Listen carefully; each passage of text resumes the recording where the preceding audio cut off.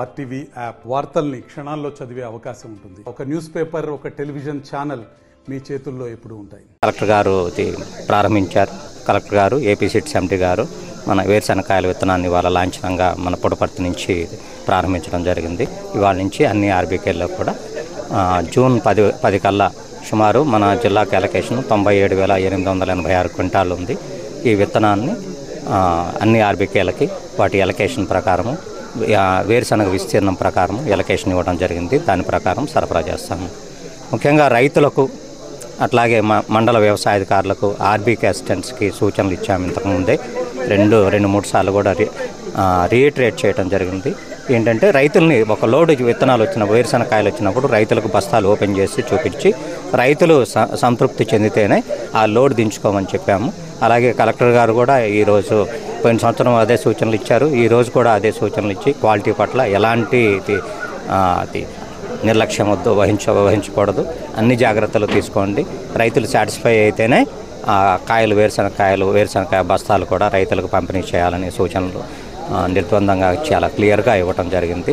ఆ మేరకు కలెక్టర్ గారి ఆదేశాల మేరకు ఏపీ సిట్స్ ఎండి గారి సూచనల మేరకు కూడా జిల్లాలో వేరుశనకాయల విత్తన పంపిణీని కూడా జూన్ 10 కల్లా పూర్తి చేయమని, అంటే తాత్కాలికంగా రైతులు పూర్తి చేయాలనే లక్ష్యం విధించుకున్నాం.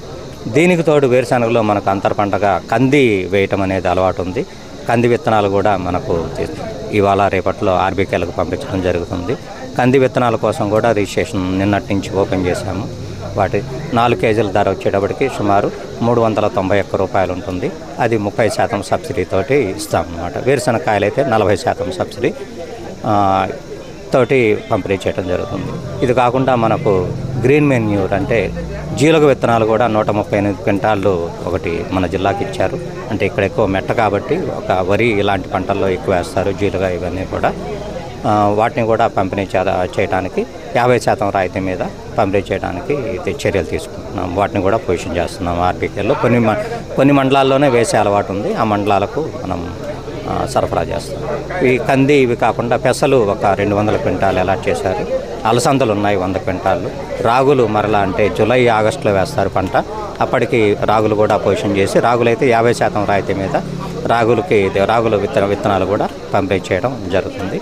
అన్ని రకాల విత్తనాలు కూడా క్వాలిటీ మేరకు ఏ విధమైన క్వాలిటీ ప్రమాణాల మేరకు ఇన్షూర్ చేసుకుంటూ ఏపీ సిట్స్ వారి ద్వారా అన్ని ఆర్బీకేల ద్వారా రైతులకు సకాలంలో అందించడానికి చర్యలు తీసుకుంటాం.